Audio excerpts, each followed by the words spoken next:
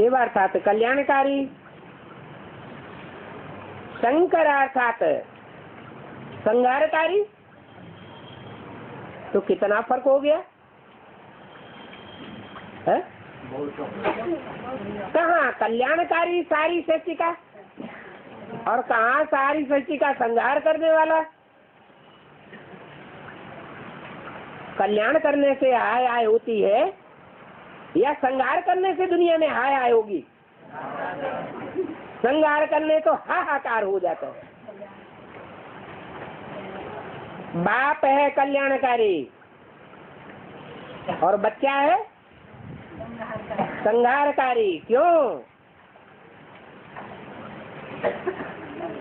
संहार करना, विनाश करना, ये प्योरिटी का काम है या इम्प्योरिटी का काम है? अपवित्रता से होता है संहार, विघटन, डिसयूनिटी,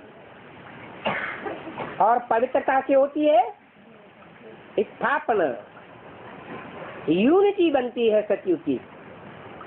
ये यूनिटी बनाने वाला एक ही वर प्योर है, एक है वर प्योर अभोक्ता।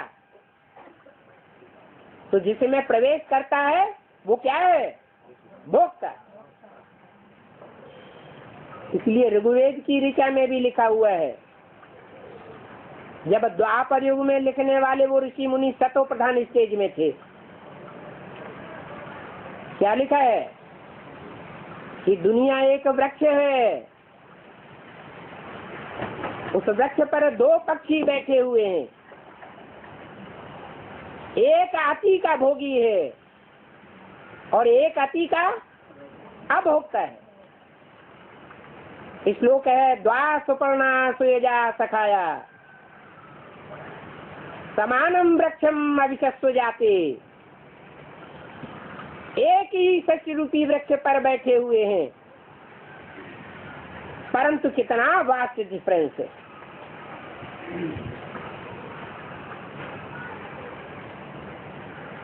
बाप बाप होता है और वो आत्माओं का बाप है, मनुष्यों का बाप नहीं है। मनुष्यों का बाप आदम कहा जाता है, हिंदुओं में उसको आदिदेव कहते हैं, जैनियों में उसको आदिनाथ कहते हैं, अंग्रेजों में उसको एडम कहते हैं। नाम में कितनी साम्यता है, परंतु वो मनुष्यों का बाप भी आत्मा है, जन्म मरण के चक्र में आने वाली आत्मा है। जो जन्म मरण के चक्र में आने वाले हैं वो सब भोगी हैं। इसलिए रामायण में भी राम की आत्मा ही द्वापर के आदि में वाल्मीकि बन करके और कलयुग के मध्य में तुलसीदास बन करके अपने मुख से अपनी बात बोलती है, मैं पतितन को राजा। कौन है? ये किसने बोला? बाप ने आकर के बताया, अपने अपने शास्त्रों में अपनी अपनी बढ़ाई लिख दी है। तो रामायण किसके द्वारा लिखी गई? राम के द्वारा लिखी गई। उनका नाम तुलसीदास और वाल्मीकि का नाम पड़ा। तो एक ही महावाक्य से दो जन्म क्लियर हो जाते हैं। ऐसे ढेरों महावाक्य हैं जिनकी गहराई में जाएंगे तो बाप और बाप के जो भी विशेष सहयोगी बच्चे हैं उनके अनेक जन्म क्लियर होते जाएंगे।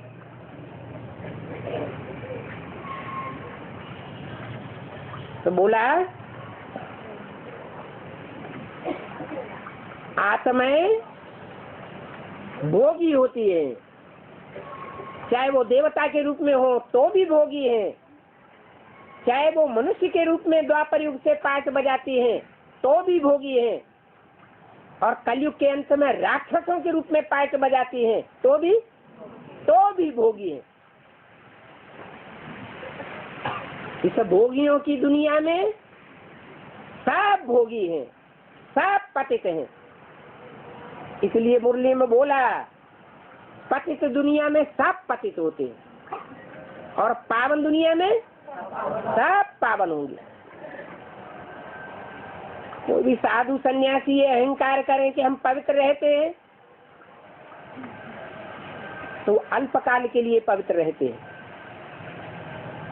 देवताओं को जो कमल फूलधारी दिखाया गया है, आसनधारी दिखाया गया है, ऐसे घरगृहस्थ के कीचड़ में रह करके पवित्र बनने वाले देवता नहीं बनते। और वो गृहस्थियों के गीता ज्ञान बाप ही आकर के सिखाते हैं।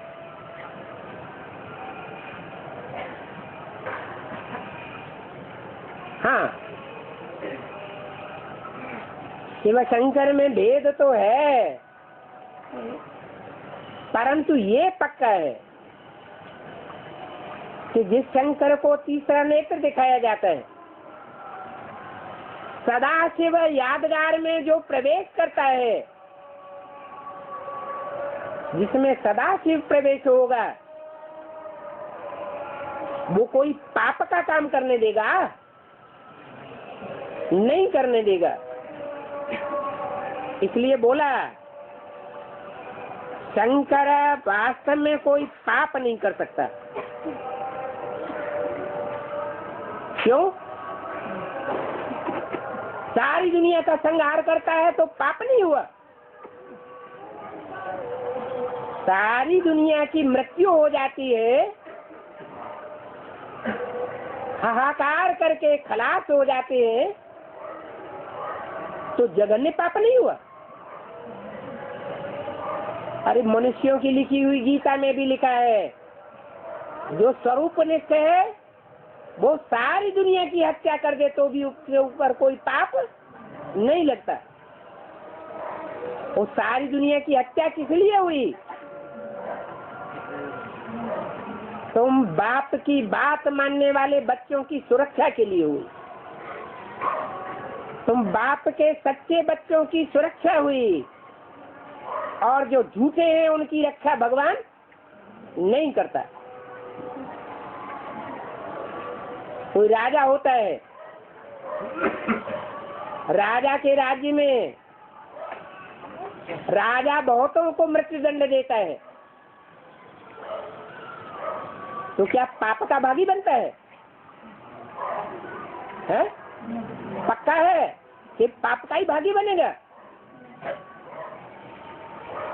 अरे धर्मियों की सुरक्षा के लिए अधर्मियों का नाश किया जाए, जो गीता का ज्ञान है, वो पाप है या पुण्य है?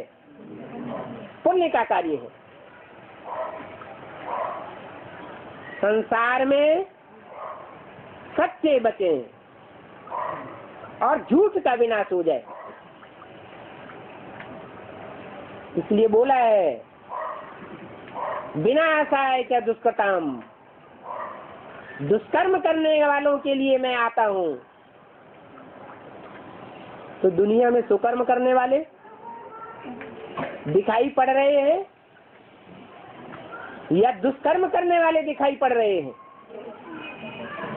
कोई ऐसा है जो छाती ठोक करके कहे कि हम मनसा वाचा कर्मणा कभी भी दुष्ट कर्म नहीं करते,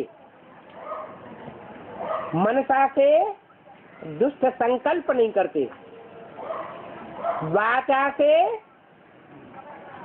दोष युक्त वाणी नहीं बोलते दुख देने वाली, और कर्म इंद्रियों से कभी किसी को दुख नहीं देते। कोई है जो ऐसा कहे? है? नहीं कह सकता। सब दुष्कर्मी है। भगवान बाप आकर के पढ़ाई पढ़ाते हैं कर्म अकर्म विकर्म की। तो जो जन्म जन्मांतर के श्रेष्ठ कर्म करने वाली आत्माएं हैं, जिन्होंने कल पहले भी भगवान बाप से ये श्रेष्ठ ज्ञान लिया है, जिसका नाम भक्ति मार्ग में पड़ता है श्रीमद् भगवत गीता। श्रीमत माना श्रेष्ठ से श्रेष्ठ की मत माना बुद्धि है इस गीता में, परंतु मनुष्य की लिखी हुई गीता नहीं है। भगवान बाप आते हैं तो और धर्म पिताओं की तरह कोई गीता पढ़ करके, कुरान पढ़ करके, बाइबल पढ़ करके नहीं सुनाते।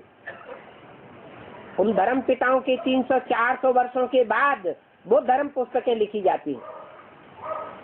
ऐसे ही भगवान बाप आकर के कोई शास्त्र नहीं सुनाते। ये तो धर्म गुरु मनुष्यों का काम है, शास्त्र पढ़ना और पढ़ करके फिर दूसरों को सुनाना। भगवान तो ज्ञान का सागर है, वो डायरेक्ट आकर के वाणी चलाता है। जो डायरेक्ट वाणी चलती है वो वेद वाणी कही जाती है। फिर उस वेद वाणी की व्याख्याएं चलती है टीचर के रूप में। वो सुप्रीम टीचर है, सुप्रीम गुरु है, उस वेद वाणी की व्याख्या करता है। अनेक प्रकार की व्याख्याएं हुई।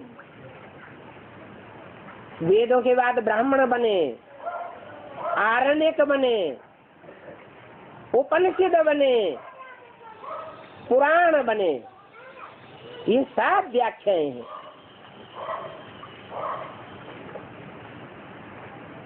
तो बड़े से बड़े व्याख्याता का नाम है व्यास,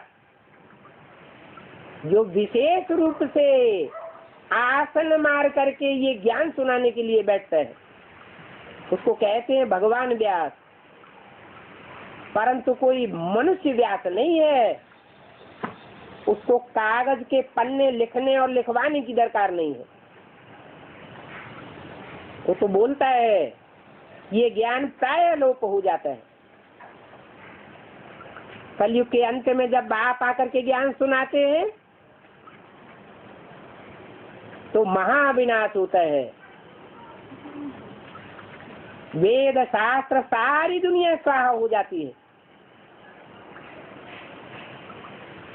और जो नई दुनिया में देवताओं की जनरेशन तैयार होती है उनमें ज्ञान नहीं रहता। वो तो आत्मिक स्थिति वाले होते हैं। ये स्वस्थिति ही उनको देवताओं का राज्य स्थापन कराती है। उनको शास्त्र आदि पढ़ने की दरकार नहीं, हिस्ट्री आदि लिखने की दरकार नहीं। वो सिर्फ सुख भोगते हैं। तो दुनिया में दुख का नाम निशान नहीं होता। तो जब नीचे गिरते हैं, द्वैतवादी धर्म पिताएं आते हैं, दूसरी मतें फैलाते हैं, इब्राहिम बुद्ध क्राइस्ट आदि आकर के, तो द्वापर की शुरुआत होती है। उस द्वापर युग से दुख का जन्म होता है। एकता से कभी दुख नहीं होता और अनेकता से दुख होता है। अभी बाप बताते हैं,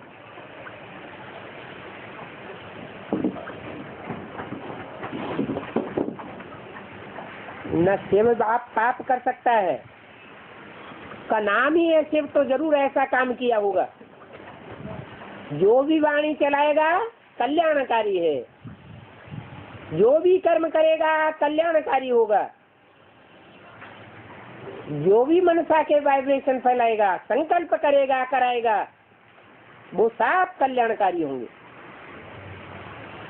शास्त्रों में लिखा हुआ भी है, ब्रह्मा के सत्संकल्प से सचवी सृष्टि रची गई। तो हिंसक न शिव है और न शंकर है।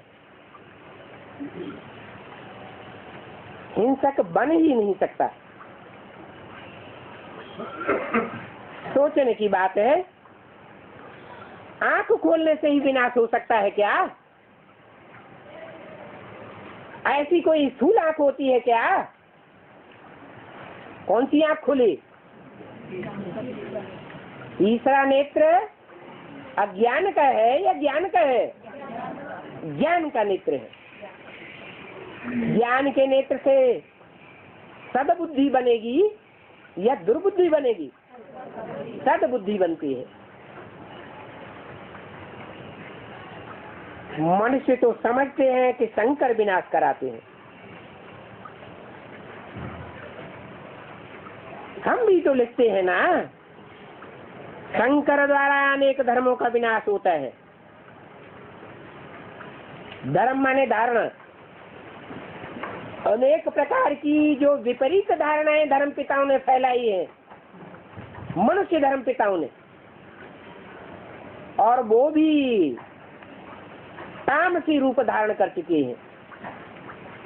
सभी धर्म धर्म के नाम पर अधर्म का रूप धारण कर चुके हैं।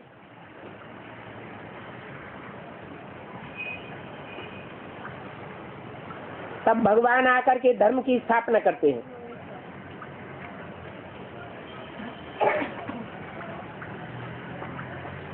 अगर शंकर का चित्र न देवे तो त्रिमूर्ति के चित्र की शोभा ही नहीं रहती है। इसलिए त्रिमूर्ति शिव कहा जाता है। एक मूर्ति शिव या दो मूर्ति शिव नहीं कहा जाता।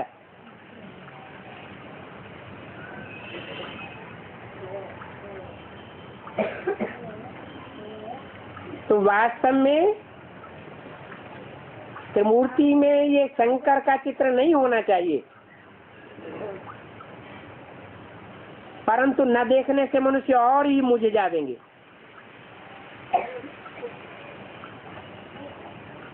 इसलिए तुम शिव और शंकर को अलग अलग करके बताते हो। ऐसे तुम नहीं कहते हो कि ये शंकर है ही नहीं। ये कौन कहते हैं? तुम नहीं कहते हो। मना जो मुक्ति धाम में जाकर के बैठेंगे, सिर्फ मुक्ति पावेंगे, वो कहते हैं कि शंकर है ही नहीं।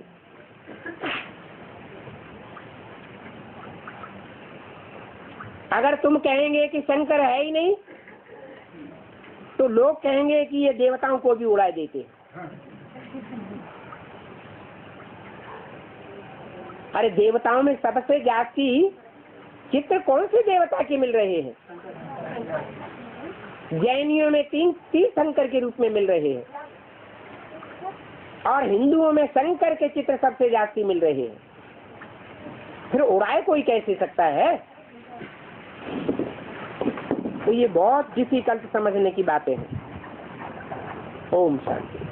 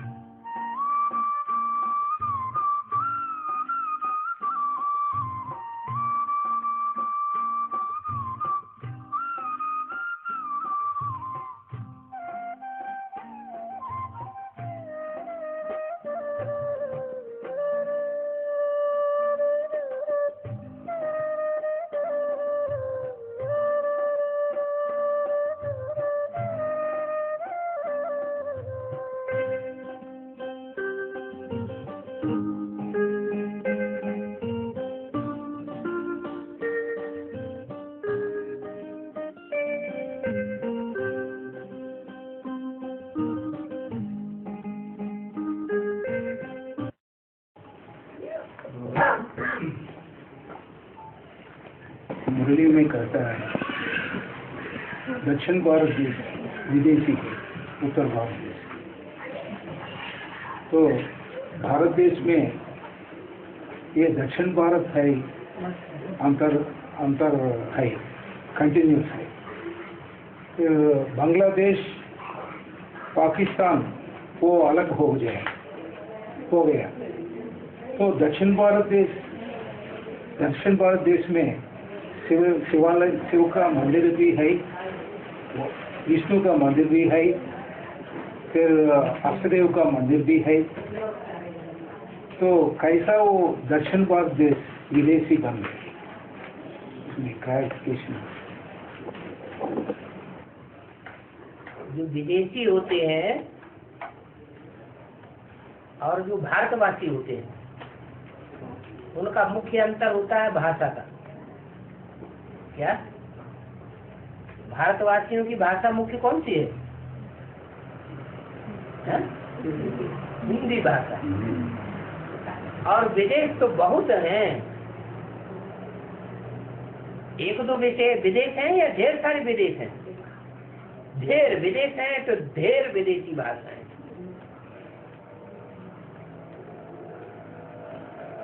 तो दक्षिण भारत जो है भाषा के आधार पर अनेक भाषाएं हैं, और वो भाषाएं इतनी विरोधी है एक दूसरे से कि बहुत तकलीफ होती है समझने में और समझाने में। अब भगवान तो भारत में आते हैं, भारत की भाषा बोलते हैं, हिंदी भाषा बोलते हैं, और विदेश में हिंदी भाषा बोली नहीं जाती, दूसरी भाषा बोली जाती है। तो स्वदेशी पहले समझेंगे, गहराई तक समझेंगे, या विदेशी गहराई तक समझेंगे? स्वदेशी गहराई तक समझ जाते हैं, और विदेशी उतनी गहराई तक ज्ञान को पकड़ नहीं पाते। क्यों नहीं पकड़ पाते? भाषा प्रॉब्लम के कारण। एक तो ये कारण हुआ, विदेशी और स्वदेशी। और जब भाषा प्रॉब्लम होती है तो भगवान में बताया ये ड्रामा भी कल्याणकारी है। विदेशी पहले भगवान को पहचानते हैं या स्वदेशी पहले भगवान को पहचानते हैं? विदेशी भगवान को पहले पहचानते हैं। भले भाषा प्रॉब्लम है तो भी बुद्धि से भारतवासियों के मुकाबले सतो प्रधान है या तमो प्रधान है? सतो प्रधान। सतो को पहले पहचानेगा क्या? तो सत्य भगवान है, भगवान सच्चा है, ट्रुथ गॉड फादर है, उसको पहले स्वदेशी पहचानते हैं कि विदेशी पहचानते हैं? विदेशी पहले पहचानते हैं। तो कौन फायदे में रहे? विदेशी फायदे में रहे। फायदे में तो रहते हैं, भगवान को पहचान तो लेते हैं, लेकिन गलती एक हो जाती है। क्या? कि विदेशी को फॉरेनर कहा जाता है। क्या? फॉरेनर माना फौरन करने वाले। क्या? बुद्धि में जैसे ही आया कि ये भगवान है, बस फौरन अर्पण हो जाते हैं। बाल बच्चे सहित अर्पण हो जाते हैं, तन मन धन सब स्वाहा। वो पॉजिटिव पॉइंट है। पॉजिटिव पॉइंट और नेगेटिव पॉइंट तो दुनिया में होते ही है। क्या? गुण दोषमयी सृष्टि है। सृष्टि में गुण भी है तो दोष भी है। जैसे देवताओं की सृष्टि होती है तो देवताओं में गुण ही गुण है, सुख ही सुख है, लेकिन अगुण क्या है? बुद्धि होती है। देवता में बुद्धि होती है? बुद्धि नहीं होती। उनको बुद्धिमान बाप का बुद्धिमान बच्चा नहीं कहा जाएगा। और भगवान भी देवताओं को नहीं मिलता। किसको मिलता है? बच्चों को मिलता है। तो विदेशी ज्यादा बुद्धिमान है कि स्वदेशी ज्यादा बुद्धिमान है? विदेशी ज्यादा बुद्धिमान है, ज्यादा सतो प्रधान है। तो जब एडवांस नॉलेज निकलती है, भगवान बाप प्रत्यक्ष होता है, तो पहले किसकी बुद्धि में प्रत्यक्ष होता है? विदेशियों की बुद्धि में या स्वदेशियों की बुद्धि में?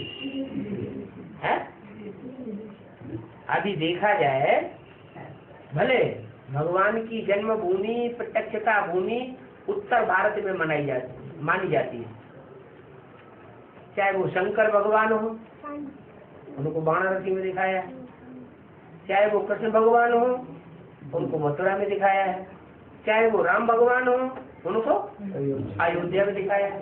तो ये सब उत्तर भारत में है भगवान की यादगार है, या दक्षिण भारत में भगवान कहाँ दिखाया जाता है?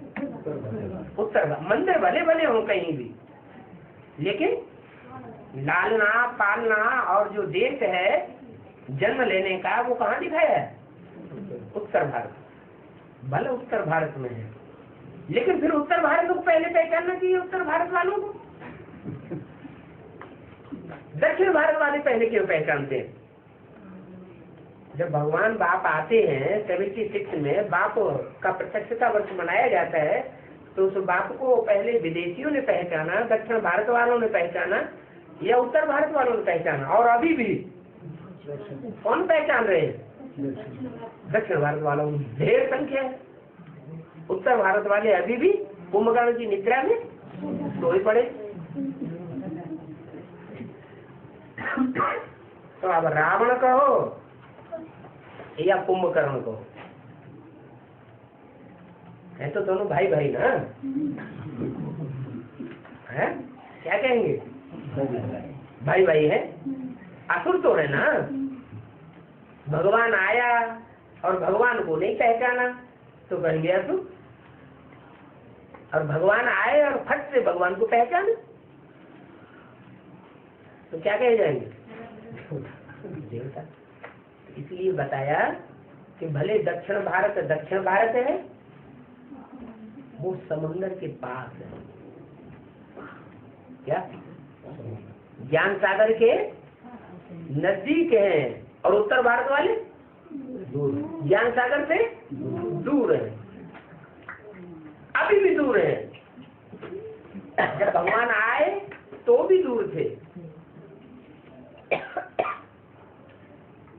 तो फायदे में नहीं घाटे में? घाटे में दूर है, दूर है। भारतवासी जो है वो दूर है, जो उत्तर भारत वाले हैं वो दूर हैं, और दक्षिण भारत वाले जिन्हें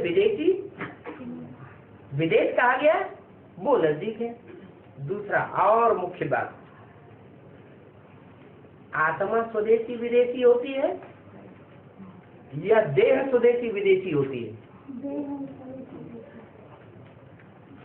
बताओ। आत्मा स्वदेशी विदेशी होती है या देहधारी को, देह को स्वदेशी विदेशी कहा जाता है? एक दो आदमी बोल रहे, सब बोलो, सबकी समझ में आनी चाहिए ना बात। आत्मा स्वदेशी विदेशी होती है या देह स्वदेशी विदेशी कही जाती है? देह के आधार पर कहा जाता है ये स्वदेशी है, ये विदेशी है। भाई देह देख करके ही तो कहते हैं। गोरा चिट्ठा आदमी विदेश से आएगा तो क्या कहेंगे? ये विदेशी है।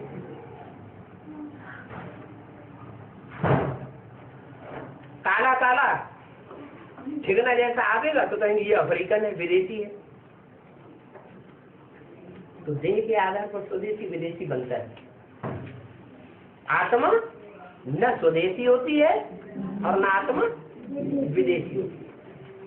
तो जो स्वदेशी विदेशी का भान आता है, इससे साबित होता है कि वो आत्मा देह भान में है या आत्माभिमान में, देह अभिमान में। ज्ञान में आने के बाद स्वदेशी और विदेशी का भान ही उड़ जाना चाहिए। दक्षिण भारत वाले अपन को क्या समझे, हम स्वदेशी हैं कि विदेशी हैं?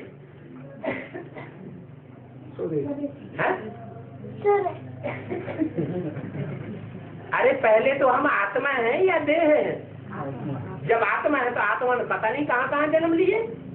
कोई पक्का है कि 84 जन्म दक्षिण भारत में ही लिए हैं?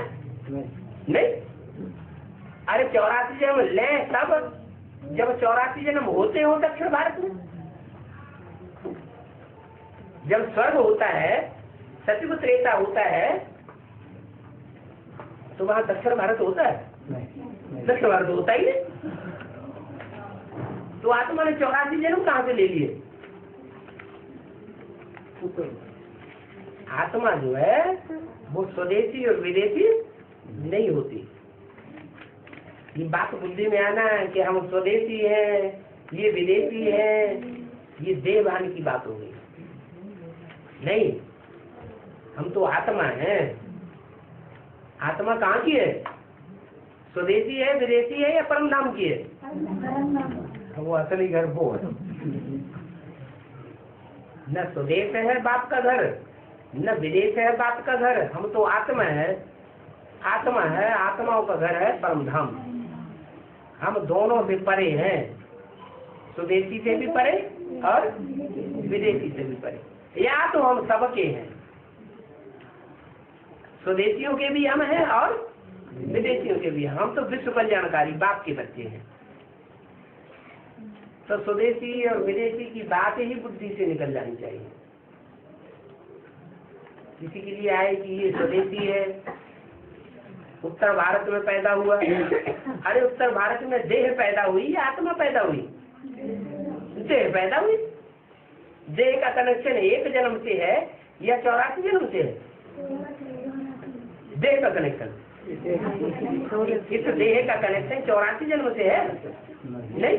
आत्मा का कनेक्शन 84 जन्म से।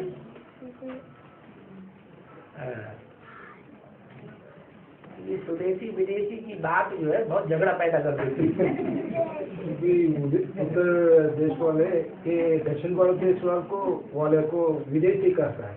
जो कहते हैं वो देह अभिमान में कहते हैं या आत्माभिमान में कहते हैं?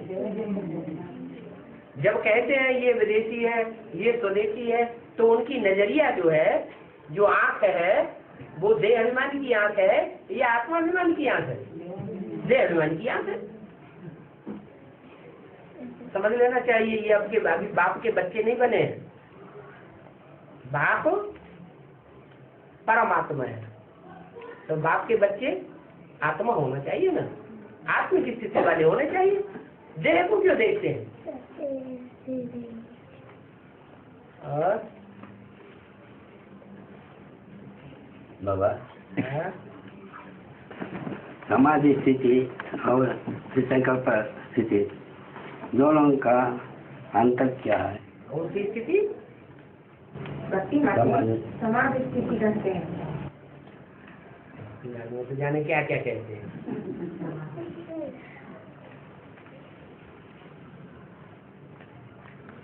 अधि कहते हैं अंदर को, और सम कहते हैं संपूर्ण को। सम अधि, संपूर्ण अंदर। देह है बाहर और आत्मा है अंदर। तो संपूर्ण अंदर चले जाएं, माना पूरा ही आत्म की स्थिति में चले जाएं, देवान का नाम निशान भी न रहे। वो है सच्ची समाधि। वो क्या करते हैं? वो समाधि लेते हैं तो जमीन के अंदर घुस जाते हैं। तो जमीन के अंदर घुसने की बात नहीं है। क्या बात है? आत्म की स्थिति की गहराई में जाना चाहिए। जिसको देखें उसको आत्मा दिखाई पड़े, उसकी देह का भान हमको छू न सके। वो है सच्ची समाधि। और राम वाली आत्मा को 63 जन्म में कौन जोड़ी के रूप में होता है? राम वाली आत्मा को 63 जन्मों में कौन जोड़ी के रूप में होता है? 21 जन्म का तो फिक्स है। बाप आकर के हमको 21 जन्म का साथ देते हैं। तो कोई तो आत्मा होगी जो 21 जन्म की साथी होगी। कौन है? लक्ष्मी, पार्वती, वो है 21 जन्म की साथी। 21 जन्म की साथी है पार्वती वाली आत्मा, पक्की पक्की, और दूसरे किसी का साथ होता ही नहीं वहां। और द्वापर युग से नाम ही है द्वापर युग, दो पुर द्वैतवादी युग। तो वहां से दो दो शुरू हो जाते हैं। क्या? एक ऐसे नहीं कि लक्ष्मी खत्म हो जाती है, लक्ष्मी लक्ष्मी के रूप में भी रहती है।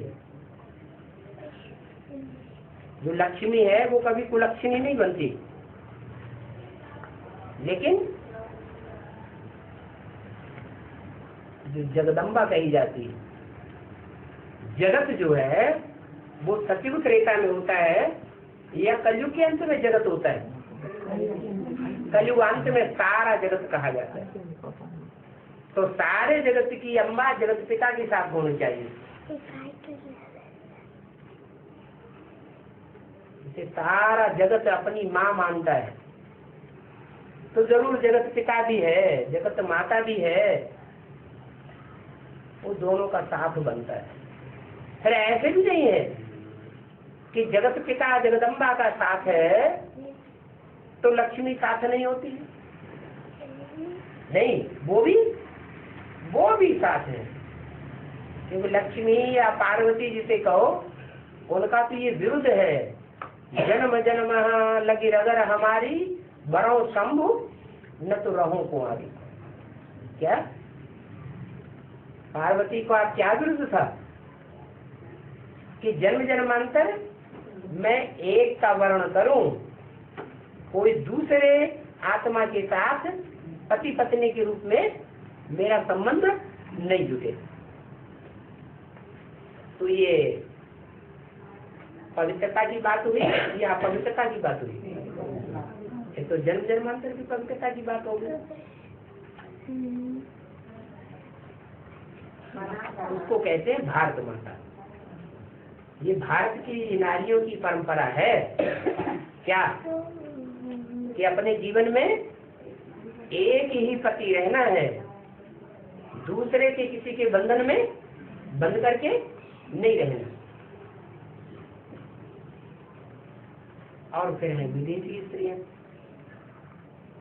उन्होंने क्या चलन रहती है, क्या परंपरा होती है? एक से नहीं पटा, जीवन में नहीं पटती है तो दूसरा कर लेती है, दूसरे से नहीं पटती है तो तीसरे से, चौथे से, अनेक अनेक शादियां कर लेती है।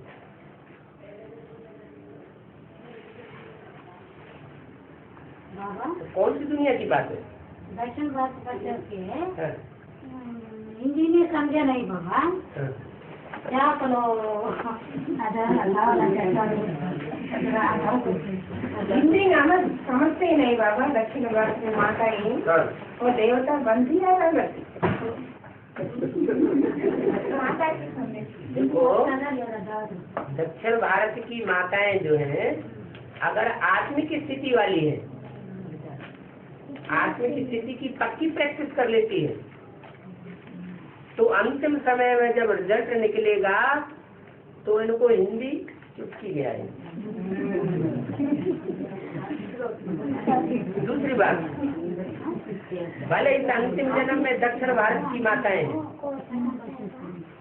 लेकिन क्या ये पक्का है कि 84 जन्म दक्षिण में ही दिए? नहीं। अगर 84 जन्मों में से बहुत जन्म उत्तर भारत में लिए होंगे और ये अंतिम जन्म दक्षिण भारत में लिया, तो उनको जल्दी सीखने से हिंदी आ जाएगी या टाइम लगेगा? उनकी ये पहचान होगी तो सीखने से उनको जल्दी हिंदी आ जाएगी।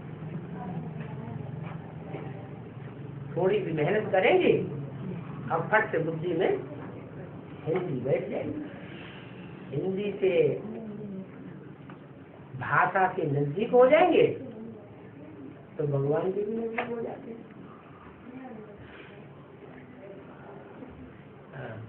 और इब्राहिम आत्मा है इब्राहिम आत्मा हरा ड्रेस पहनती, इसका अर्थ क्या है? क्या कहना चाहते हैं आप? अपनी भाषा में बोल दीजिए।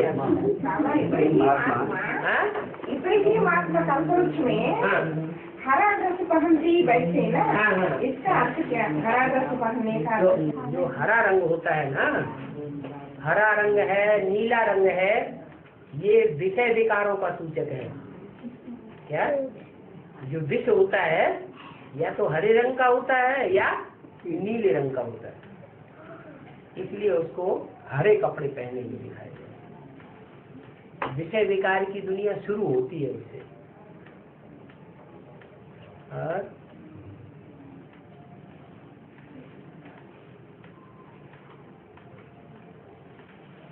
अमरनाथ मंदिर है? अमरनाथ मंदिर हाँ। नाट्य का यादगार क्या है? अमरनाथ मंदिर में हाँ। शिवलिंग बनते हैं ना, हाँ। इसका यादगार क्या है? यादगार ये है कि शिवलिंग जो होता है वो बर्फ का लिंग होता है, ठंडा होता है, या शिवलिंग गर्म होता है? अरे प्रैक्टिकल कर्म की यादगार है या सिर्फ वो बनाए हुए जड़लिंग की यादगार? प्रैक्टिकल जो कर्म है वो चैतन्य लिंग से होता है या जड़लिंग से होता है? चैतन्य लिंग से होता है। तो वो चैतन्य लिंग है, वो इतनी बाप की याद में रहा हुआ होगा कि कर्मेंद्रिय शीतल हो जाती है, इतनी शीतल हो जाती है जैसे बर्फ।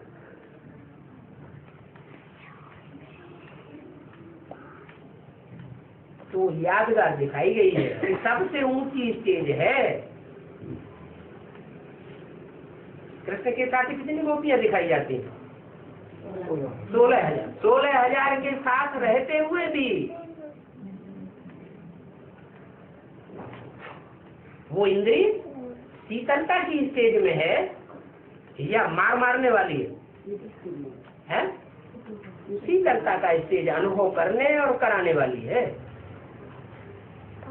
इसलिए वो यादगार दिखाई गई है मंदिर में कि गुफा के अंदर है।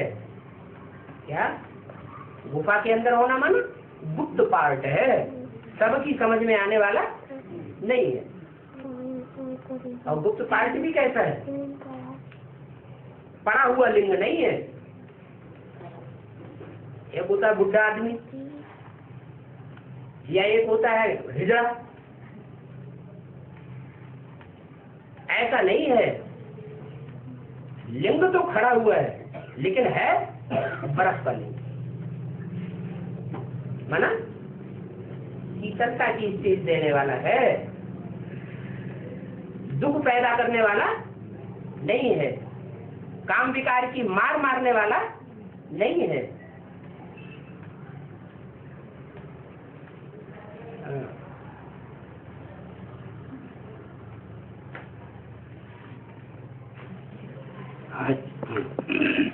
अष्ट रत्न कौन? अष्ट देव कौन? अष्ट रत्न अष्टदेव कौन? अष्ट रत्न कौन? जो अष्ट देव हैं वो देवता हैं।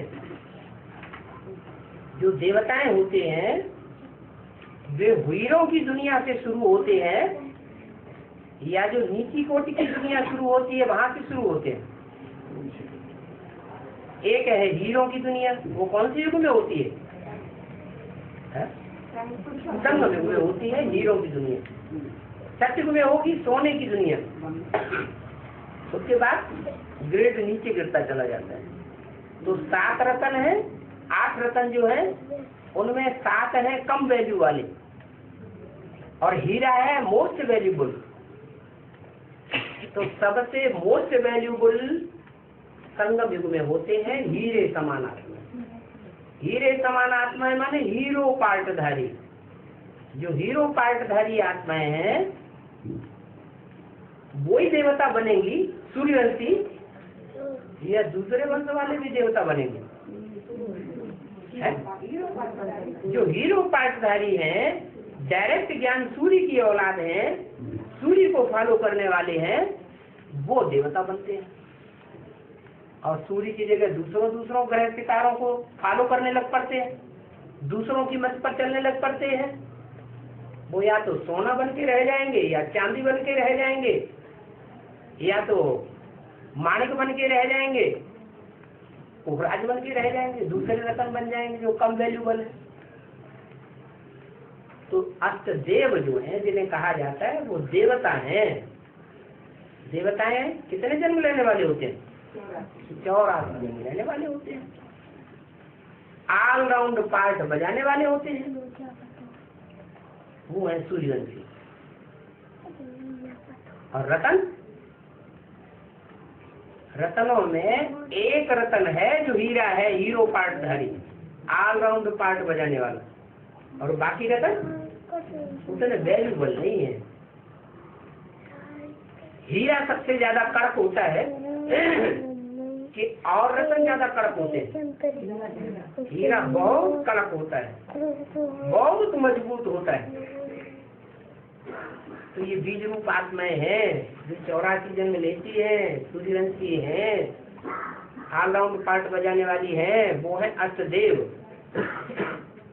और उन अष्टदेवों में प्रवेश करने वाले जो हैं वो है रतन। और वो प्रवेश करने वाला है नारायण बाबा। नारायण वाली आत्माएं जो कम कला वाले नारायण हैं उनको हीरा नहीं कहेंगे, मोस्ट वैल्यूबल नहीं है, पूरे 16 कला संपूर्ण वो नहीं होते। और बाबा कुमार के घर सीढ़ी छोड़ दिया ना, हाँ एग्जाम्स क्वालिटी में आगे प्रवेश किया ना, भटकती है बाहर या प्रवेश करके 5 बजे थी। जब तक उन्हें पता न चले कि एडवांस पार्टी में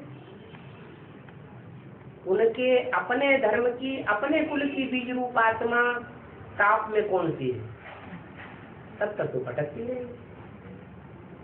कहीं किसी में प्रवेश करेंगी, कहीं किसी में प्रवेश करेंगी। जब उन्हें अपना पक्का पता पड़ जाएगा कि हमारी जड़ की बीज रूप आत्मा ये है, तो उसमें प्रवेश करने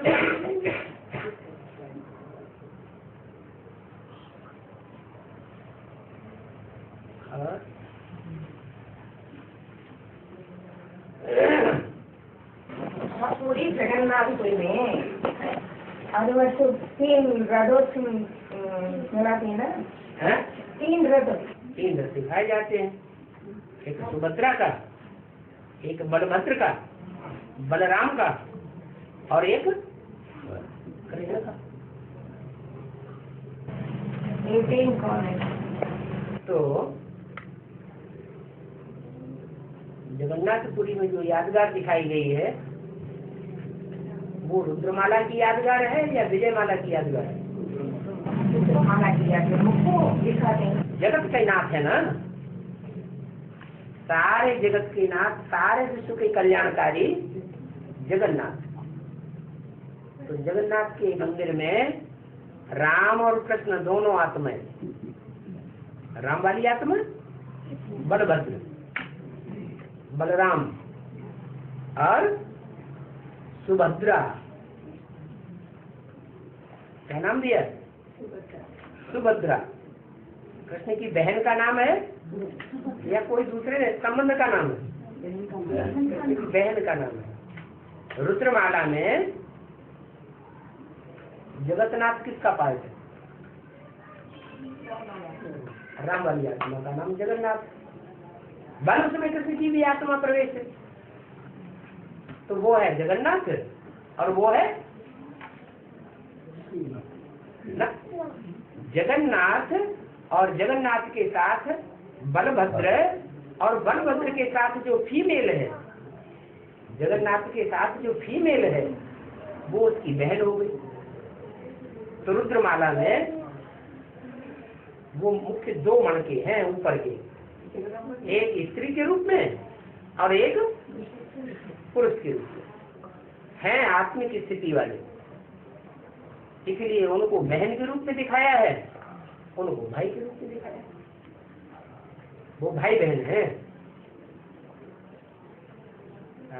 और 3 रथ हर वर्ष नया नया बनाते हैं। रथ जो है वो पुरुषार्थ करेगा, तो पुरुषार्थ करके उसमें हर वर्ष नयापन आएगा या पुरानापन ही रहेगा? नयापन आएगा।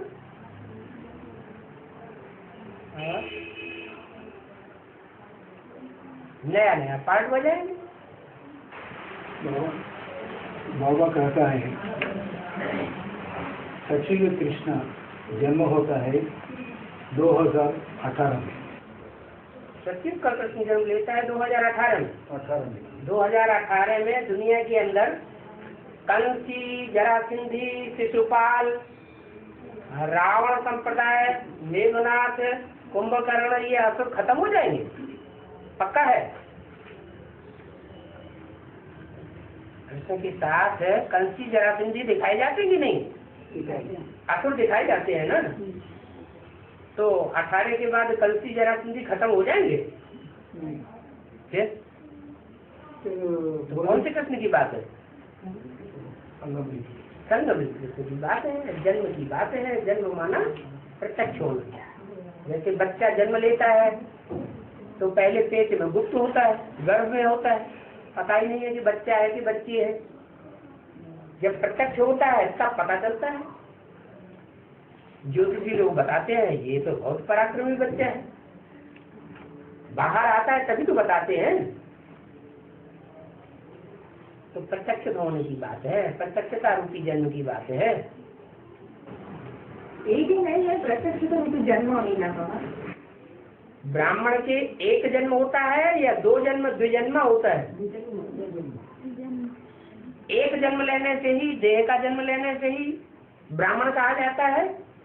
माँ बाप के घर में जन्म लेने से ही माँ बाप बच्चा कहा जाता है ब्राह्मण, या जब उसका यज्ञोपवीत होता है तब ब्राह्मण कहा जाता है? पक्का पक्का ब्राह्मण तब कहा जाता है जब 3 सूत्र धारण कर ले,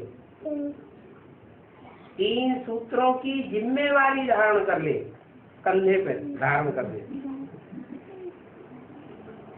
कौन है ब्रह्मा, कौन है विष्णु, कौन है शंकर, ये 3 ज्ञान के सूत्र अच्छी तरह बुद्धि में बैठ जाए, उनका ज्ञान बुद्धि में अच्छी तरह धारण हो जाए, उसको कहते हैं यज्ञोपवीत। तो जन्म लेना 98 की बात वो अलग, वो तो जेल में जन्म लिया। जन्म लेने के बाद गुप्त हो गया, असुरों के सामने से गुप्त हो गया, या ब्राह्मण देवताओं के सामने से गुप्त हो गया। इसलिए अव्यक्तवाणी में बोला, 2000 के आसपास अव्यक्तवाणी में भी बोल दिया, बाप बच्चों के आगे प्रत्यक्ष हो गए और दुनिया वालों की नजरों से बोझल हो गए, गुप्त हो गए। तो क्या 98, 99 और 2000 की बात है? 69 की बात गुप्त नहीं हो गए थे? 2000 में क्यों ये बात बोली? इसलिए बोली कि जो भी एडवांस पार्टी में साकार पाठ चल रहा था वो 98 का वाकया होने के बाद बाप दुनिया वालों की नजरों से गुप्त हो गए। दुनिया वालों को पता ही नहीं है कहाँ है, क्या पार्ट बजा रहे हैं, और बच्चों के सामने प्रत्यक्ष। तो वो प्रत्यक्षता रूपी जन्म बच्चों के सामने हुआ, मैंने बच्चा बुद्धि है। बच्चा बुद्धि है तो कभी निश्चय होता है और कभी अनिश्चय हो जाता है। ये निश्चय अनिश्चय का चक्कर कब तक चलता रहेगा? जब तक पूरी प्रत्यक्षता नहीं हुई। प्रत्यक्षता रूपी दूसरा जन्म जब तक नहीं होता है तब तक ये निश्चय अनिश्चय का चक्कर चलता रहेगा। आखिरी में सारी दुनिया कहेगी कि बाप आ गए, सिर्फ ब्रह्मा कुमारियों का बाप नहीं आ गया, प्रजापिता ब्रह्मा कुमारियों का बाप नहीं आ गया, हम सब का बाप आया हुआ। तब बच्चे भी निश्चय बुद्धि पक्के हो जाएंगे। अभी अनिश्चय बुद्धि होते रहते हैं, अभी अभी जिंदा हैं, अभी अभी मर जाते हैं।